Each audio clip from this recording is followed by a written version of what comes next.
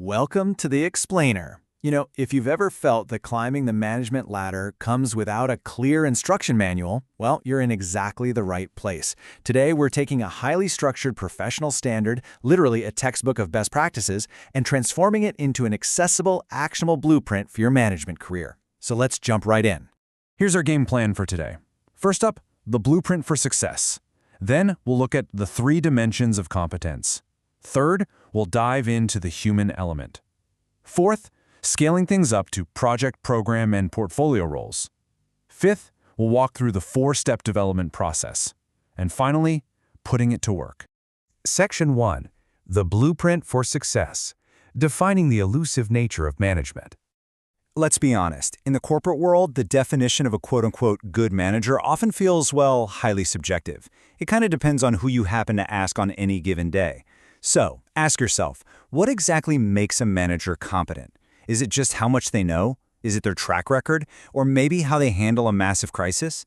To really figure this out, we need a definitive standard to measure against. Enter the Project Manager Competency Development Framework, 3rd edition. This was created by the Project Management Institute, and it is absolutely the definitive baseline for closing professional skill gaps. Basically, it's a comprehensive taxonomy of all the actions and behaviors required to successfully fulfill management roles within literally any organization. Now pay close attention to the specific wording of this definition. Competence isn't just about what's in your head, it's your demonstrated ability. It's how you actually apply what you know to deliver expected outcomes based on accepted standards. Simply put, you have to prove it through action. Section 2. 3 dimensions of competence. The anatomy of a manager. Think of these 3 dimensions kind of like constructing a building. First up, you have knowledge competence. That's what you know. Your processes, tools, techniques. It is the absolute foundation of your building, which you usually prove by passing an exam or getting a certification. Second is performance competence. This is how you apply that knowledge to actually get the job done and meet requirements. Think of this as the structural integrity of your building. Can it actually stand up to the elements? And third, we have personal competence. This is how you behave, your attitudes, your core personality traits. This is the interior environment of the building. It's what makes the structure genuinely functional and, livable for the people inside. Section 3. The human element. Why behavior matters just as much as technical skill. Let's take a deeper dive into that interior environment we just talked about. Technical skills alone just cannot guarantee your success. And that's summarized perfectly by this rule straight from the standard itself. Project management is a people-oriented profession. At the end of the day, managing schedules, budgets, and tasks is entirely secondary to how effectively you interact with actual human beings. Any improvements you make in your personal competence will directly enhance your ability to put your technical knowledge to work. Let me put a hard metric to this so-called soft skill: 75%. According to PMI's own research, 75% of organizations state that leadership is the absolute most important competence as project complexity increases. So that completely proves that soft skills are actually hard business requirements. The framework actually breaks this human element down into 6 distinct units of personal competence. You've got communicating effectively, leading and inspiring teams, managing resources, cognitive ability, which basically means applying perception and judgment when the environment is shifting, effectiveness in producing results, and professionalism, which means sticking to ethical behavior. These 6 units completely dictate your ability to navigate adversity, handle diversity, and keep a team motivated when things get really tough. Section 4. Project, program, and portfolio. Scaling the scope of competence. So how do these foundational competencies apply as you climb that organizational ladder? Well, at the project level, your primary focus is executing specific tasks. Your scope is an individual team and specific deliverables. You're essentially the one building the ship. Move up to the program level and your focus shifts toward managing interdependencies across multiple related projects. So now you're no longer just building one ship, you're coordinating the entire fleet. Finally, at the portfolio level, you're focused on strategic alignment, making sure that the work actually matches up with organizational goals and brings real value. You're the one deciding which oceans the fleet should cross in the first place. But keep in mind those core dimensions of knowledge, performance, and personal competence, they are absolutely required across all 3 of these roles.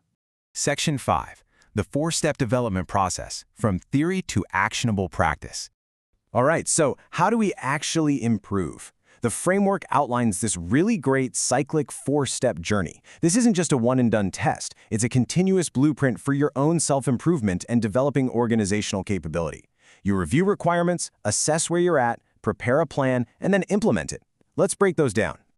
Step 1 requires you to review the requirements. But listen, this goes way beyond just glancing at your job description. You have to identify your specific organizational culture, the functional model, the internal communication channels, the office politics. All of these things dictate what a competent manager looks like in your specific workplace. You're creating a highly personalized baseline for yourself here. In step 2, you're assessing your competencies against that baseline, and the framework highlights 2 distinct ways to gather evidence for this. Input-based assessments look at what you've absorbed, right? Your training, formal qualifications, the seminars you've sat through, but you have to balance that out with output-based assessments. This is looking at what you've actually produced, real performance tasks, successfully delivered projects, and 360-degree peer evaluations. Because honestly, simply checking a box that you survived a 3-day seminar just isn't enough anymore. You need tangible output. Once you've identified your gaps, step 3 is to prepare your development plan. Closing a skill gap really requires a diverse mix of learning styles. You need experiential learning, like on-the-job shadowing or stretch assignments. You combine that with formal learning, like getting new certifications. And then you support the whole thing with non-formal learning, like mentoring and actively engaging with your peer networks. It's a completely holistic approach to building competence. Finally, step 4, implement the plan. The absolute most crucial takeaway here is that you own your development plan. You have to treat your career growth as a formally managed project. You execute the activities, you monitor your progress through measurable key performance indicators, and most importantly, you have to actively secure support from senior peers, managers, and sponsors to make it all happen. You are the project manager of your own career. Section 6, putting it to work, your next steps. So we've decoded the standard, and now I want to challenge you to move beyond just passive learning. Where do your management competencies actually stand today? Are you maybe leaning a bit too heavily on just your technical knowledge while ignoring the human element, or are you a project manager who needs to start thinking with more of a portfolio mindset? I'd encourage you to immediately apply this framework to assess your own foundation, your structural integrity, and that interior environment. Start building your own development plan today. Thanks so much for joining me for this explainer, and keep learning.